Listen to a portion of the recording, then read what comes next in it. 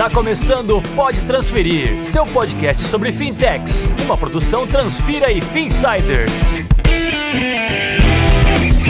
Olá pessoal, tá no ar mais um episódio do Pode Transferir, seu podcast para ficar por dentro do ecossistema de meios de pagamento. Se você nos ouve pela primeira vez, eu sou o Fernando Nunes, cofundador e diretor comercial da Transfira. Somos uma plataforma completa para gestão e processamento de pagamentos. Automatizamos a rotina de pagamentos e cobranças dos nossos clientes, proporcionando agilidade, transparência e segurança nas transações. Também validamos informações bancárias, garantindo que o dinheiro vai chegar para a pessoa certa, na conta certa, de forma mais rápida possível. E é isso, pessoal. Hoje a gente vai para um tema que é extremamente pertinente e muito atual. A gente vai falar sobre APIs, para o setor financeiro, falar bastante sobre isso, sobre segurança também. E no final a gente vai ficar com o Danilo Martins, da Finsiders, para a gente saber quais foram as últimas novidades aí no mercado.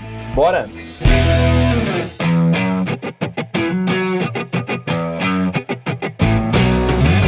A API é um conjunto de rotinas com padrões de programação que servem para acessar aplicativos de um software ou plataforma web. Resumidamente, é uma interface de programação dos aplicativos, como o próprio nome diz. Geralmente, ela é criada por uma empresa de software para que sejam desenvolvidos produtos associados àquele serviço, e com isso surgem a possibilidade de unificar sites, softwares e demais plataformas em um único ambiente, seja para você montar um BI ou para fazer uma rotina extremamente mais automatizada no seu dia a dia. Quando a gente fala do mercado financeiro, podemos usar como exemplo APIs de sistemas de pagamento online. Com esse tipo de API, você roda de maneira automática, interligando a sua gestão do dia a dia com o seu banco ou com outros sistemas financeiros, de pagamentos ou de cobrança. Para entender o cenário todo e conversar comigo sobre API, hoje quem conversa aqui é Rafael Negerbol, CTO da Transfira, meu sócio particularmente, cofundador junto com Guilherme Verdasca da Transfira. Rafa, é uma honra contar com a sua presença aqui no Pode Transferir.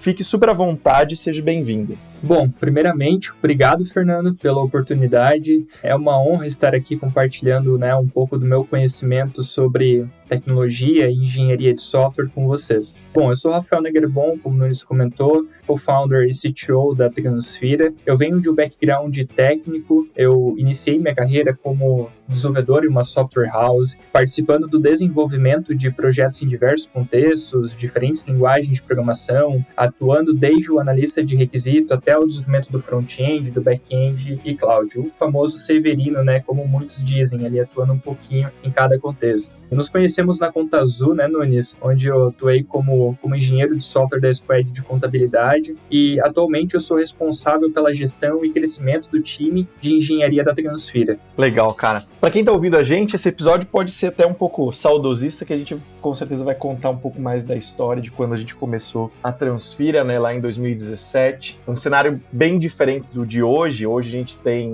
uma concorrência maior, a gente tem novos entrantes, a gente tem o Bacen atuando de forma extremamente proativa, em prol da competição, em prol desses novos entrantes. E me lembro bem, lá no começo da Transfira, em 2017 ainda, quando a gente teve um primeiro cliente que chegou com uma demanda e para ele era nítida a necessidade da API. A gente até naquele momento já falava sobre a API, mas não tinha feito nada ainda, Daí a gente, combinou um prazo com o cliente e depois fez a entrega dessa API. Então, desde 2017, a gente já tem hoje vários clientes utilizando. A maior parte da nossa operação passa, por integração de sistemas. Então, o nosso cliente está extremamente conectado com o seu dia a dia. O uso dos pagamentos, das cobranças, do Pix em si se torna bem transparente para ele. E aí, nessa linha, pensando um pouco desse nosso passado, dessa nossa evolução, Neger, eu queria ouvir de você, com esse teu olhar de tecnologia, para você, qual que é a importância das APIs para o mercado financeiro? Legal, cara. Boa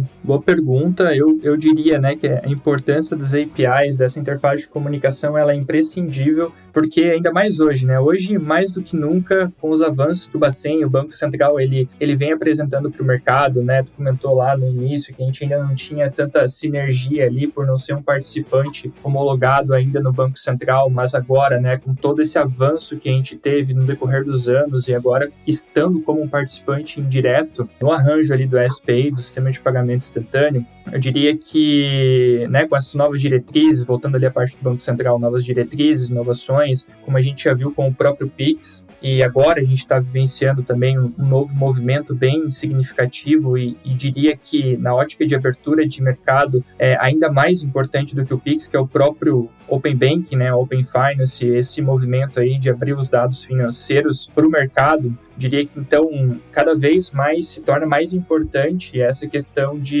dos serviços estarem conectados, né? Então, acho que as inovações que o Banco Central mostra para o mercado através das regulações se dão pensando nesse arcabouço, nesse ecossistema de APIs conectadas. Para se conectar, inclusive, com o próprio Bacen, você precisa estar dentro desse ecossistema. Então, todas essas inovações, elas só são possíveis por implementações e avanços tecnológicos como a API. Então, eu vou trazer um caso como exemplo aqui, que é quando você acessa o seu Internet Banking, por exemplo, no app do seu celular ou sua carteira digital, toda a arquitetura desenvolvida por trás desse aplicativo, dessa aplicação web, ela está conectada internamente com APIs internas e mais a fundo, eventualmente, dependendo do participante, com APIs do próprio Banco Central, né, do Brasil para envio e recebimento de informações dentro da RSFN, essa rede do Sistema Financeiro Nacional, que é uma rede onde participantes homologados pelo Banco Central do Brasil têm acesso e isso é feito via API, né? Então, acho que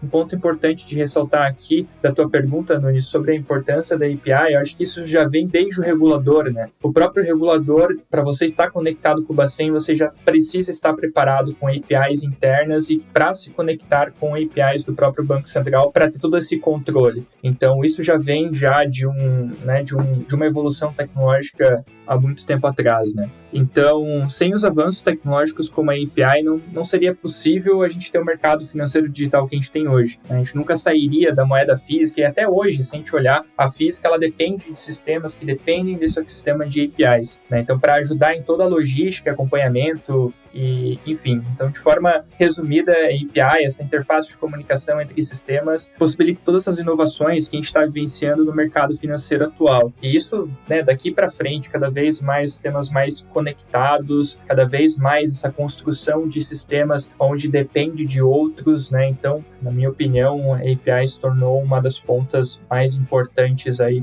do mercado financeiro. Pensando, né, cara, APIs, né, fazer APIs, não necessariamente ela é uma linguagem à parte, né, você consegue construir essa conexão entre sistemas com qualquer linguagem que você desenvolva, né, e hoje, pensando um pouco naquilo que você tá falando aqui com a gente, eu fiquei pensando aqui, né, cara, APIs, elas servem até mesmo dentro de um mesmo ambiente, né, vamos pegar aqui um exemplo, né, que você trouxe dos bancos. O banco ali, ele tem o core dele, que é a tecnologia, que é o desenvolvimento que o time de engenharia tá cuidando, tá olhando. As pessoas, para usarem, né, as soluções do banco, elas vão usar em diferentes canais, né? Pode ter aquela pessoa que vai na agência e tem um gerente que vai precisar acessar aquela conta. E como é que ele vai fazer isso, né? Ele tem uma interface, ele tem um programa no computador dele que se comunica com o core bancário daquele banco, né? Então tá fazendo uma comunicação que também acaba acontecendo por API, obviamente dentro do mesmo, né, ambiente. Nós, como usuários, né, que abrimos aplicativos aqui dos bancos, a gente também está se comunicando com o banco, a API do próprio banco, né, que tem o core, que está num ambiente protegido, tem o celular, que é um outro ambiente, e esses dois lugares precisam se conversar para ter a mesma informação, mesmo saldo, solicitar um pagamento. Essa lógica está alinhada com essa ideia que você trouxe, né? Acho que também para traduzir aqui, para quem ouve pra gente, esse seria o caminho, né, de como enxergar o que é uma API, né? Sim, com certeza, e esse é um ponto importante, Nunes, que, né, quando a gente fala em API, a gente olha muito na ótica da API externa, né, o que está exposto para o mundo externo, mas não traduz, não é questão nem de traduzir, mas não conecta muito também com, que nem você comentou, um canal de gerente, né, dentro de uma agência bancária, onde você vai lá e esse gerente está na frente do computador interagindo com aquele sistema. Ali, toda a interação daquele sistema né, em loco ali, que a gente pode ser assim dizer, ela está sendo feita via API, né? Que foi o caso que eu trouxe ali do aplicativo que você está acessando ali, seja o seu banco digital, sua carteira, seja seu aplicativo agora, né? Com Open Finance se fala muito de um aplicativo de consolidação de informações. Você que tem contas digitais em bancos digitais, tem contas em bancos os bancos incumbentes, né? Os mais tradicionais, você pode consolidar isso. Toda essa comunicação interna é feita por API. Então a segurança, enfim, toda essa complexidade, ela se dá em volta da criação de qualquer sistema, né? Então, mesmo que nem você comentou, esse é um ponto legal, cara, que lá no início da Transfira a gente não tinha uma API ainda madura para ser exposta para outros sistemas se conectar. Não, a gente não tinha, mas a gente tinha uma API interna, né, que fazia toda essa comunicação, e todo o sistema que controlava a gestão de pagamento interna da Transfira era feito via API, né? Então, hoje em dia se fala muito nesse conceito de microserviço, né? Microserviço, arquitetura de software voltada a microserviços, são APIs, são serviços que se comunicando isso através de APIs, né? Lógico, daí a gente entra num quesito mais técnico aqui também, de definir comunicação entre eles e outras coisas, mas basicamente é em volta disso. Então, um ponto bem importante, eu acho que tem essa ótica aí, tá tudo dentro, tudo se concentra, se funila dentro da construção de sistema, né? E até pensando isso, né, que a gente está discutindo, esse conceito das APIs aqui, olhando para trazer aqui para quem ouve a gente, para os nossos parceiros, enfim, né, como é que a gente consegue dar uma dica, como é que a gente consegue ajudar eles a entender o que eles precisam olhar, né, quais são os principais pontos, quais são os processos que eles precisam executar para poder, né, garantir que eles vão desenvolver uma integração e essa integração ela vai ser boa, né? Quais são os pontos que eles precisam olhar para já perceberem se a integração vai ser boa ou vai ser ruim? E como fazer essa integração ser uma integração de qualidade? Perfeito, Nunes. Não tem, o que eu digo, né? Acho que não tem receita, não tem algum guia prático, até inclusive no universo open source, de como realizar uma integração no contexto financeiro de qualidade, né? Tem uma das coisas, né? A Transfira, a gente fez diversas integrações, algumas integrações com alguns participantes também do Banco Central e alguns birôs de informação, enfim, para construir cada vez um sistema melhor para os nossos clientes. E tem algumas coisas que a gente avalia na hora de uma integração, né? Acho que tem dois lados. Tem o lado de avaliar quem você está integrando, né? E tem o lado também de avaliar qual que vai ser a arquitetura que você vai desenvolver internamente para integrar com essa entidade terceira, né? Porque não é só também entender se esse terceiro que você está integrando tem todos os requisitos que você espera, tanto a nível de maturidade de documentação, de API, de segurança, mas internamente você tem uma brecha de arquitetura que não está ainda muito bem formada para se conectar com terceiros. Então essa preparação interna ela é muito importante. Então só comentando para separar nesses dois contextos, a gente pode iniciar com a primeira parte ali, né, de avaliação de terceiro, né, o que a gente faz na Transfira. Eu vou comentar, né, do que a gente faz aqui internamente, que talvez sirva também para ajudar quem está integrando, quem vai integrar com terceiros. Então a primeira coisa que a gente faz é entender se esse terceiro, a gente faz uma POC, um assessment, para entender se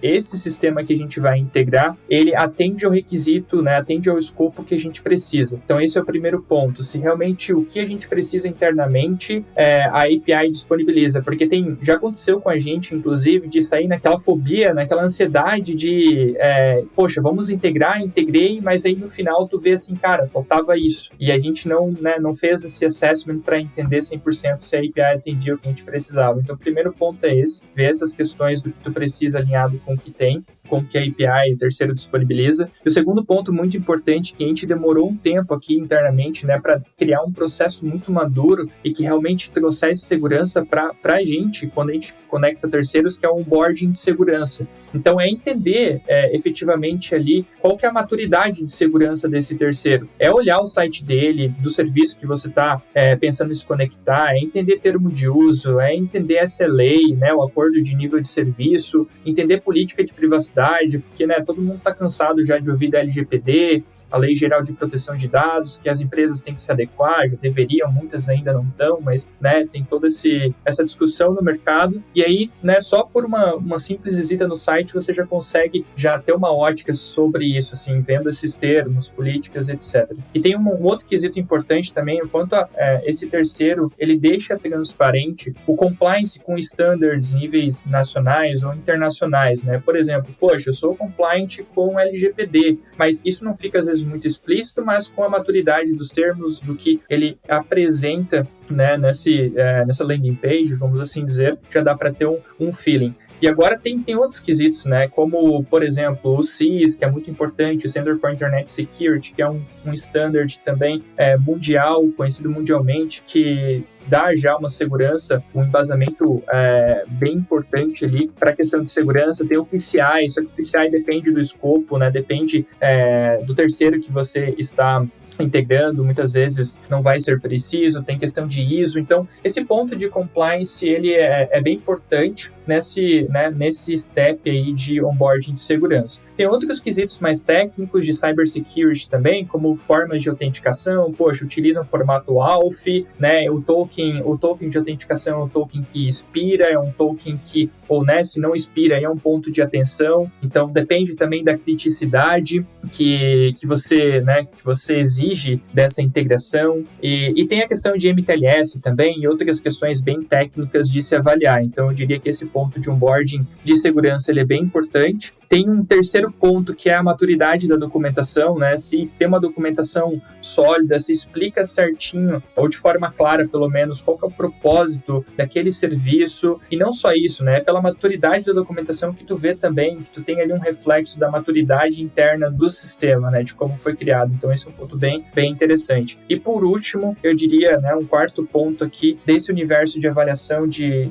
terceiros é a maturidade da API. Né, que está em conjunto com a maturidade da documentação também, é entender, a API disponibiliza uma forma fácil de ser plugada, tem lá um Running Postman, tem um SDK que abstrai um pouco ali a integração, são coisas que ajudam na integração, mas ter isso também não é um sinônimo, mas é mais uma variável de maturidade ali, né, desse terceiro frente ao que eles põem para o mercado. E aí, padrões de formato de erro, se realmente, todos os erros que acontecem na API já tem um padrão documentado, tem códigos de erros para você identificar na hora da sua integração, isso é muito importante, padrão de paginação, padrão de nomenclatura de propriedade, então tem quesitos bem, né, não vou entrar tanto aqui porque são quesitos mais técnicos, mas importantes de se avaliar, né, e geralmente quem faz isso é um engenheiro de software que está à frente disso, junto com ali o PM, o PO, está entendendo se realmente o que a API disponibiliza faz sentido ou não faz sentido. E aí tem essa outra parte que é preparar o teu ambiente interno a conectar com terceiros, né? Então tem coisas importantes também de se avaliar. Por exemplo, eu vou pegar uma chave, vou pegar um client ID, um client secret dessa integração, né? Vamos supor ali o formato de OAuth, isso vai me gerar um access token ali que pode expirar eventualmente no melhor dos cenários,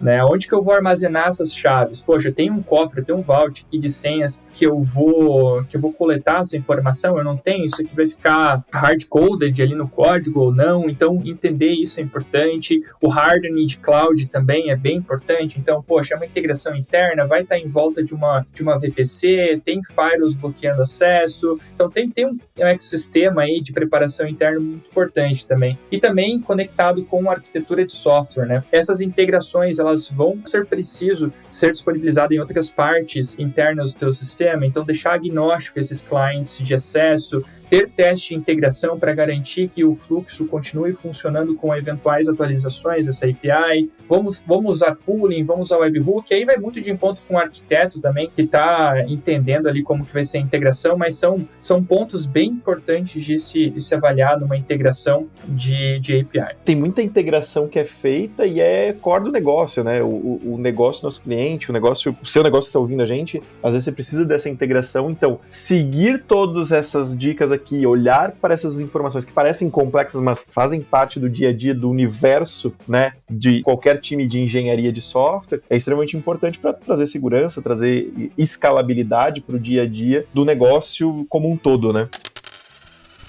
Cara, e aí agora a gente tá vivendo um momento, né, no Brasil que a gente aí tá completando um ano com o Pix, a adoção foi extremamente em massa, né, do consumidor, das empresas que estão se adaptando, estão entendendo como é que funciona o jogo. A gente tem, né, já discussões sobre como aumentar a segurança do Pix. E o Bacen, né, nosso regulador, tem provocado mais mudanças. A gente está falando muito do Open Banking, começou com o Open Banking, com esse conceito, né, do banco aberto. Agora a gente já fala um degrau acima, né, no Open Finance, olhar para o sistema financeiro como um todo, né, de forma aberta, integrando, seja, né, a securadora, né, a securitizadora, integrando o banco, a sua carteira digital. Como você enxerga, né, todo esse contexto do Open Finance e esse contexto de tecnologia, das APIs e desse universo que a gente está vivendo agora?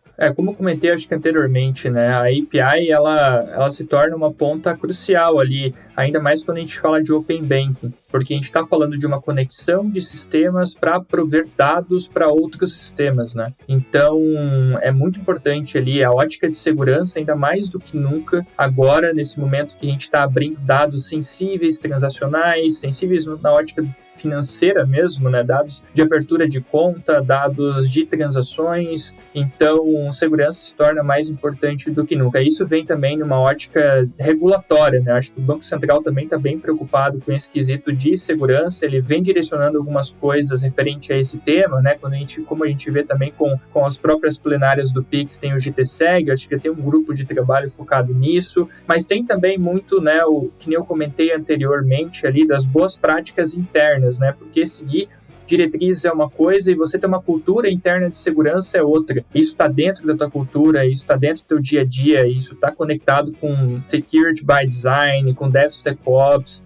Então, esse pilar de segurança, ele é muito importante. E o Open Banking, o Open Finance como um todo, ele, como eu comentei, né, eu acredito muito nele ser uma inovação muito maior do que o próprio Pix ali, que foi basicamente um novo método de pagamento, né? Ele realmente vai impulsionar muito negócio no mercado, né? Como eu comentei também de apps de consolidação de informações financeiras, questões de créditos, né? Você conseguir ter um crédito mais acessível com taxas menos abusivas, né? Os bancos te conhecendo ali, trazendo os dados para a tua responsabilidade. Então, para mim é crucial todo esse envolvimento aí de tecnologia com Open Banking, com Open Finance, está tudo conectado com API, né, cara? E quando a gente está falando, né, sobre tecnologia, Open Finance, o Open Banking, né, a gente está falando muito de APIs, a comunicação entre sistemas. Um dos fatores importantes para que tudo isso aconteça é cibersegurança, né? O cybersecurity, é olhar, né, para o mercado financeiro e saber que a gente vai ter segurança no que a gente está fazendo, nas integrações, nos pagamentos, afinal a gente está mexendo com dinheiro real, né? Só as proteções básicas do dia a dia não são suficientes, né? A gente tem que avançar, tem que ter um olhar cada vez maior para essa coisa que envolve a cultura da empresa, né? A cultura não só do time de tecnologia, mas da empresa como um todo, né? Como é que você trata essa questão, né, de dados, os dados dos teus clientes, os dados dos seus colaboradores. E aí, pensando um pouco nessa linha, né, puxando aqui um pouco mais esse viés da segurança, o que para você, pro nosso time aqui na Transfira, você enxerga como fator determinante para tornar uma API mais segura? Legal, Nunes.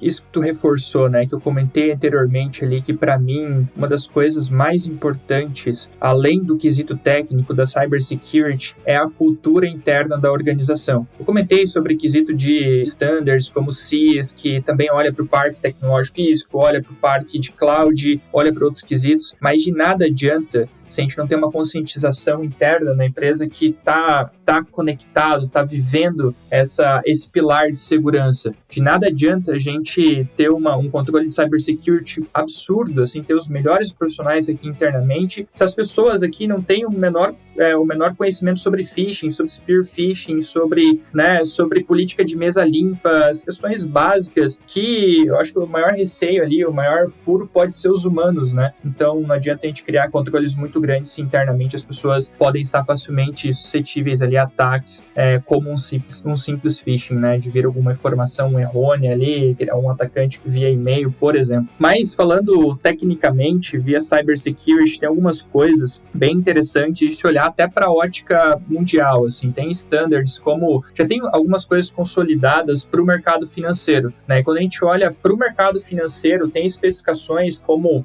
entendo eu aí, uma das mais conhecidas reconhecidas mundialmente, que é a FAP, o Financial Grade API, que é uma especificação da indústria ali, né, do contexto financeiro para implementações seguras de API nesse setor. Então, já traz algumas questões que eu trouxe de OAuth, já traz uma questão mais forte de controle de acesso. Então, esse é um ponto muito, muito crucial ali também de se avaliar na hora de estar expondo, né, criando uma API que vai ser exposta nesse ecossistema financeiro. E lógico que existem N coisas, né? Quando a gente olha para a Transfira, a gente se preocupa muito com, né, segurança. Você muito bem sabe, né, Nunes, segurança é um dos nossos pilares aqui, dos nossos valores, e a gente tem, né, um time de cibersegurança, time de segurança da informação como um todo, né, comentei, não é só a segurança técnica, mas também da informação no geral, que olha para quesitos como ter um OAuth, né, ter um Web Application Firewall na frente dos serviços, monitorando o tráfego, restringindo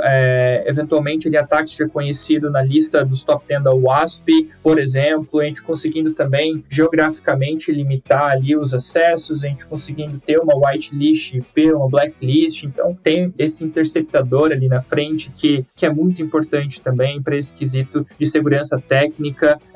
Reforço o que eu falei sobre MTLS anteriormente, também é de suma importância, né, ter esse certificado sendo validado do lado do cliente, no lado do servidor. E as questões de OAuth, cultura, o Secure by Design, cultura de DevSecOps, que isso também tá linkado com algumas sopa de letrinhas que a gente vê aí no universo de cybersecurity, que é ter um SAST, ter um DAST, ter um CIEM também, um pouco mais apartado, mas é importante para a questão de visibilidade de informação. E aí quando a gente fala, né, de DevSecOps, a gente está falando muito de estar a segurança conectada na esteira de desenvolvimento, né, o que não tinha até pouco tempo atrás, né, não tinha essa ótica de adicionar ali um SAST na tua esteira de desenvolvimento, que é um Static Application Security Testing, para fazer um teste, um pentest quase que, né, não um pentest assim como um todo, mas pelo menos naquela ótica que está sendo liberado, é de suma importância. O próprio DAST ali de uma forma mais dinâmica, né, que é o Dynamic Application Security Testing, analisando ali a ótica do atacante mesmo, o que o atacante faria tentaria com as tuas APIs que estão expostas, que estão de forma pública.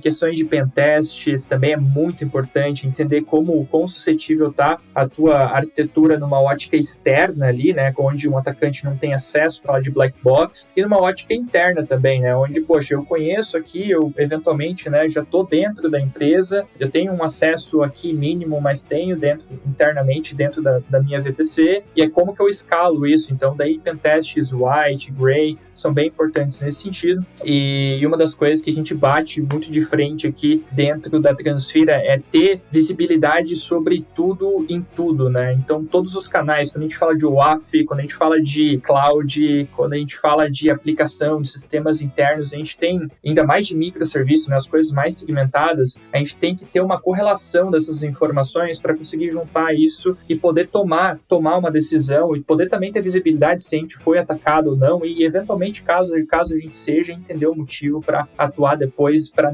nunca mais ser, né? Então, isso cai no CIEM ali, que é uma coisa que a gente investe bastante aqui também, que é o nosso centralizador de logs, que daí correlaciona todas essas informações, nos dá uma boa visibilidade sobre tudo. E aí, o que eu comentei também do CIS, acho que controle de segurança ali na parte física, né? Política de mesa limpa, antivírus, controle de acesso, as dependências têm que estar up to date, sempre atualizadas, as licenças e hardening do sistema operacional. Então, enfim, é um universo bem grande, mas, de novo, reforço que cybersecurity tem muita coisa para fazer, mas foca muito também, tanto quanto o investimento em cyber, investimento em cultura, né? Em treinamento das pessoas que estão dentro, das pessoas que estão usando os sistemas. Cara, legal.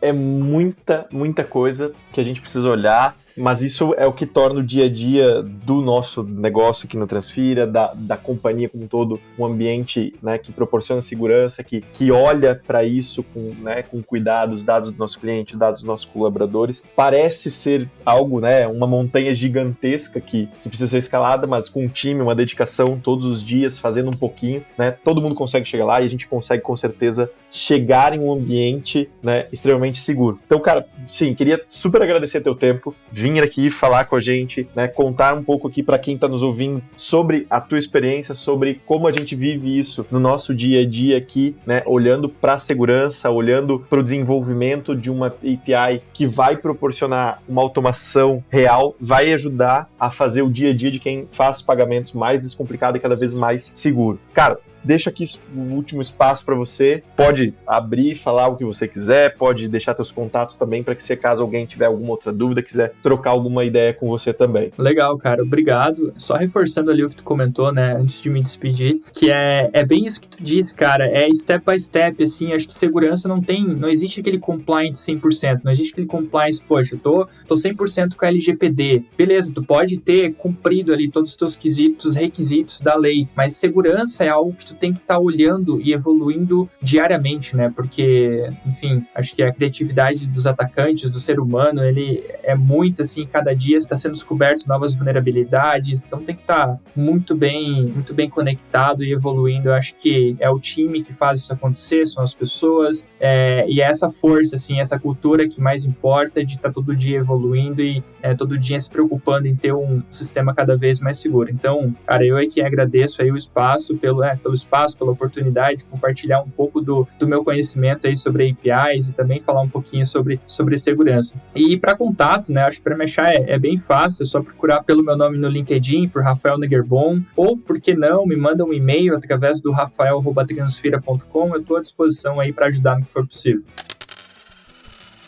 Obrigado a quem nos ouviu. Batemos um papo muito massa com o Rafael Negerbon, o Neger, nosso CTO aqui na Transfira, sobre APIs. Se você quiser saber mais sobre o assunto, é só acessar transfira.com/blog. Lá você encontra muito conteúdo sobre compliance e também fica por dentro das nossas novidades. Eu vou ficando por aqui. Se você quiser trocar uma ideia comigo, é só procurar por Fernando Nunes no LinkedIn ou mandar uma mensagem nas redes sociais da Transfira, que o time vai nos conectar. Agora eu passo a bola para o Danilo, do FinSiders, que vai te atualizar sobre o que rolou de mais interessante no setor nesses últimos dias. Até a próxima!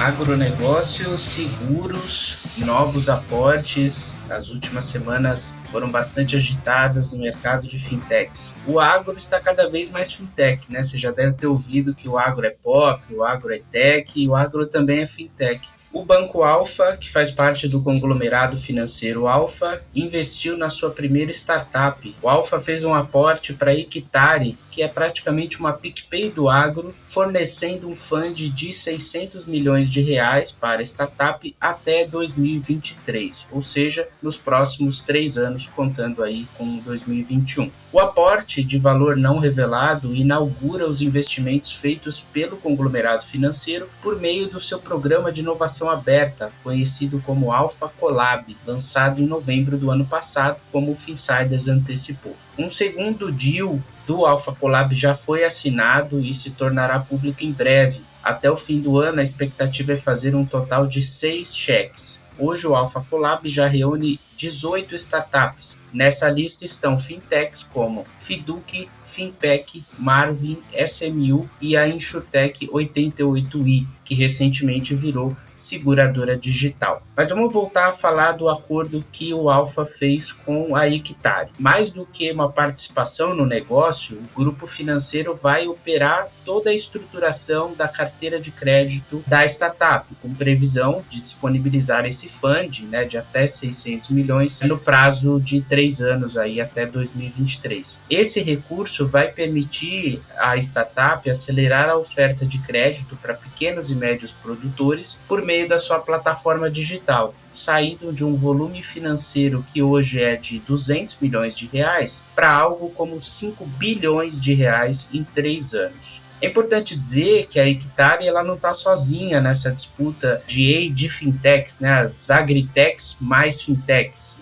que são startups que oferecem serviços financeiros, especialmente crédito, em plataformas digitais. Estão nessa lista nomes como Terra Magna, Duagro, Adiagro, antiga Agronal, Bart, Thrive, Nagro e Agroland, entre outras. Ou seja, você deu para perceber que o ecossistema de fintechs está bastante aquecido. Isso porque o setor carece, né, de soluções financeiras, principalmente para pequenos e médios produtores rurais. Importante lembrar algumas movimentações recentes aí de fintechs, que inclusive o Finsiders noticiou. No fim de agosto, a Anagro, que é especializada em crédito rural, levantou 35 milhões por meio de um FDIC, né, que é um fundo de investimento em direitos creditórios, modalidade bastante usada por startups para fazer crédito. A próxima tranche, segundo o fundador da Anagro contou ao Finsiders, deve sair entre dezembro e janeiro. Nesse ano, a startup planeja liberar 100 milhões de reais em crédito para mais de 1.500 produtores. A meta é alcançar 35 mil produtores até o fim de 2023. Eu falei que agronegócio está bastante aquecido, né? Mas outro setor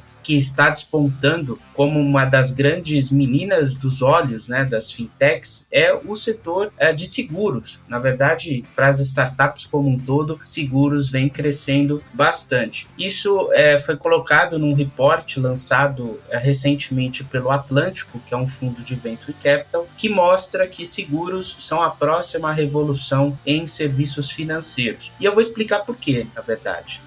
Hoje a gente tem no mercado segurador uma concentração, assim como existe também no mercado bancário, uma concentração em poucos players. São principalmente seguradoras ligadas a grandes bancos. E já está rolando um movimento capitaneado pela SUSEP, que é a autarquia, o regulador do setor, né, a Superintendência de Seguros Privados. Já existe um movimento chamado Open Insurance. O Open Insurance que segue os padrões do Open Bank, liderado pelo Banco Central. Outra iniciativa que a SUSEP está liderando é o chamado Sandbox. O Sandbox, que é, na tradução literal, uma caixa de areia, ou seja, um ambiente de experimentação para que startups e projetos inovadores possam ser testados num ambiente regulatório um pouco mais flexível e com menos amarras, né?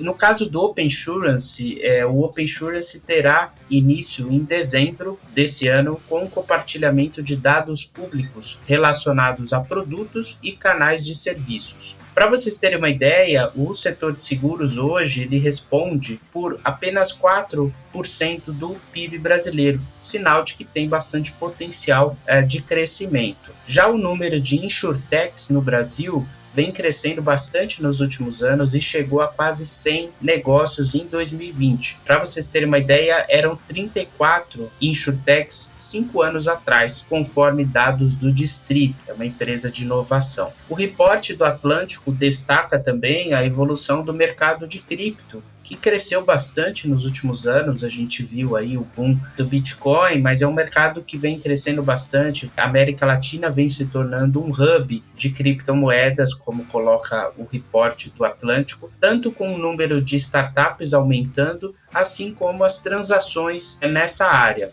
Outro dado muito relevante do reporte do Atlântico é a multiplicação dos unicórnios na América Latina. Entre 2020 e 2021, a gente teve mega rodadas, né, como as rodadas do Nubank, da Ualá, que é uma fintech argentina, The Local, fintech uruguaia, Neon, a fintech mexicana Clip, a Betterfly, que é uma insurtech chilena, entre outros casos aí de startups que se tornaram unicórnios na América Latina. Outro dado considerável na América Latina é o avanço dos neobanks. Uma análise feita pelo Atlântico mostra que o market share relativo dos neobanks, isso tendo como referência os usuários mensais de Android, usuários que abriram o app naquele mês, a análise feita pelo Atlântico mostra que em junho o Nubank atingiu 28% de participação relativa, seguido por Banco do Brasil com 20%, Bradesco 17%, Itaú 16%, e outros bancos digitais também aparecem na lista, como C6 Bank 7%, Inter 10% e Neon 3%. Isso é um sinal claro, né, de como que os neobanks vêm avançando aí no Brasil e na América Latina como um todo. Reflexo do amadurecimento do ecossistema de fintechs no país e também resultado aí da busca dos usuários por mais comodidade, melhor experiência, menos fricção na hora de utilizar serviços financeiros financeiros por plataformas digitais. Por falar em plataformas digitais, o Banco Original está ampliando os benefícios do cartão de crédito para os seus clientes em todas as linhas Internacional, Gold, Platinum e Black. Segundo Rafael Carelli, head de cartões do banco, as novidades incluem duas frentes. Uma delas é a nova política de anuidade, que tem como objetivo flexibilizar a isenção em todas as categorias de cartões, e outra mudança é na política de cashback, que agora poderá atingir 1,5% do valor gasto na fatura do cartão de crédito, a depender da modalidade, Internacional, Gold, Platinum ou Black. As alterações já estão em vigor, contou Rafael Carelli em sua primeira entrevista após assumir o cargo em junho deste ano. O Banco Original, como o leitor do Finsiders já leu no começo do ano, o Banco Original tem se posicionado como um banco digital que cobra tarifas, remando contra a maré dos neobanks que apostam em conta digital gratuita. Hoje, com pouco mais de 5.300.000 clientes, incluindo aí pessoas físicas e pessoas jurídicas, o Original vem crescendo em diferentes verticais. No Original, a aposta é na diversificação dos negócios, incluindo aí uma vertical de Bank as a Service, que tem crescido e hoje já tem mais de 60 contratos. A instituição também aposta em soluções para PJ, lançou no ano passado a sua oferta para esse público de empresas, e vem ampliando aí a lista de produtos e serviços para empresas e consumidores finais. Importante lembrar que o Original terminou o primeiro semestre deste ano, ao contrário de outros bancos digitais, o Original terminou o primeiro semestre com lucro contábil de 73 milhões de reais, revertendo o prejuízo de pouco menos de 220 milhões em igual período do ano passado, ou seja, no primeiro semestre do ano passado. A gente falou de Bank as a Service e o Bank as a Service tem crescido bastante, a gente já falou sobre isso em outras edições do podcast, eu trouxe outras notícias de movimentações nessa área. Outro player que está ingressando e já ingressou, na realidade, em Bank as a Service é a multinacional de tecnologia Tiviti. A Tiviti lançou a T-Banks, que é uma nova vertical de negócios com foco em Bank as a Service e Open Bank. A Tiviti espera, com a nova vertical de negócios, atingir 10 milhões de transações ao mês no fim de 2022, chegando a 5 mil clientes nos próximos 5 anos. O foco da Tiviti é o B2B, ou seja, atender outras empresas. Segundo André Correia, a Tiviti já fechou com um grande ERP, ou seja, um sistema de gestão empresarial, e também já assinou um acordo com 2 fintechs. Os nomes, por questão de contrato, não foram revelados. Com mais de 2 décadas de trajetória, a Tiviti gerencia atualmente mais de 33 bilhões de transações por ano para bancos e processadoras de cartões de crédito. Em julho, a empresa foi homologada pelo Banco Central para atuar como provedora de serviços de tecnologia da informação e oferecer conectividade para pagamentos via SPB, o Sistema de Pagamentos Brasileiro, e também para Pix. A Tiviti também já entrou com um pedido no Banco Central para operar como iniciador de pagamentos, contou André Correia ao Finsiders. A nova plataforma de Bank as a Service da Tiviti, como a gente mencionou, tem como foco o B2B, com ênfase em setores como varejo, serviços, fintechs e concessionárias. O T-Banks, além de conta digital, serviços de pagamento e recebimentos, oferece também as modalidades de Pix para varejo e Pix com vencimento. Esse mercado de Bank as a Service, como o leitor do Finsider sabe, vem crescendo bastante aí nos últimos anos e estão nessa lista diversos players operando aí ofertas e plataformas de Bank as a Service. É um mercado bastante concorrido, que está crescendo e tende a crescer ainda mais com a tendência de especialização dos serviços financeiros. E mais do que isso, né, do Embedded Finance, ou seja, você embutir produtos e serviços financeiros em plataformas digitais, seja de varejistas, de operadoras de telecom ou de qualquer outra empresa que queira aumentar aí o relacionamento com a sua base de clientes, aumentar o lifetime value e consequentemente, diminuir aí o seu custo de aquisição, né, o chamado CAC. Para a gente fechar, um relatório feito pelo Sling Hub, que é uma plataforma de inteligência de dados, esse relatório apontou que as fintechs representam quase 10% das startups na América Latina. Pois é, assim, as fintechs estão crescendo bastante, não é só no Brasil, né? A gente tem aí movimento crescente em países como México, Chile, Colômbia. O reporte traz aí dados bem relevantes de evolução dos ecossistemas nos países vizinhos. E aqui no Brasil temos quase 1.400 fintechs, e isso representa mais de 60% do total de fintechs na América Latina, ou seja, disparado, o Brasil é o maior ecossistema de fintechs Latam. Fica atrás do Brasil o México, que vem crescendo bastante, já são 316 startups no México, na verdade 316 fintechs no México, e até 30 de junho as fintechs mexicanas até 30 de junho levantaram mais de $1 bilhão. Já não entra nessa conta, né? A gente está falando de primeiro semestre, e ainda não entra nessa conta outros movimentos recentes. A Konfio captou a sua série E, por exemplo, nesse ano, e acabou de levantar mais um recurso para a sua série E e acabou de se tornar um novo unicórnio na América Latina. A Konfio é uma fintech de serviços para pequenas e médias empresas, que é outro nicho que tem avançado bastante. Aqui no Brasil, diversos players vêm ampliando a sua oferta para as pequenas e médias empresas. Ainda falando sobre o levantamento do Sling Hub, é muito interessante observar que das 34 empresas que são consideradas unicórnios na América Latina, 7 delas são fintechs fundadas no Brasil. Estão nessa lista PagSeguro, Nubank, Stone, eBanks, C6 Bank, embora algumas pessoas digam que não é unicórnio, Creditas e Mercado Bitcoin. Nessa lista agora entra, como mencionei, a Konfio, que é uma fintech mexicana que acabou de virar unicórnio. Olha, o relatório do Sling Hub deixa muito claro aí o aquecimento não só do mercado de fintechs, do ecossistema de fintechs, mas do ecossistema de startups como um todo na América Latina. Para você ter uma ideia, em 2021, as startups na América Latina já levantaram mais de $13 bilhões. Esse volume é 13 vezes maior em relação a 5 anos atrás.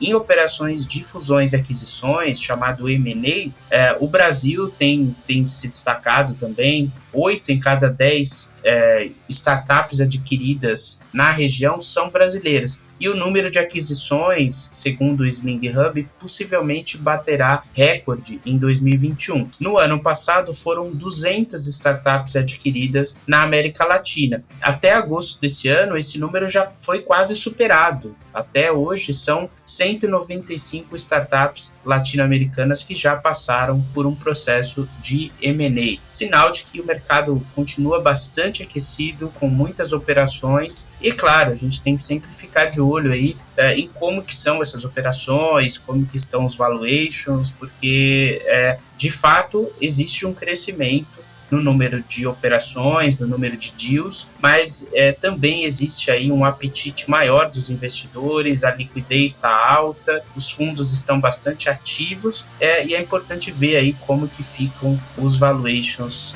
no mercado de fintechs. Por hoje é só, obrigado, até a próxima.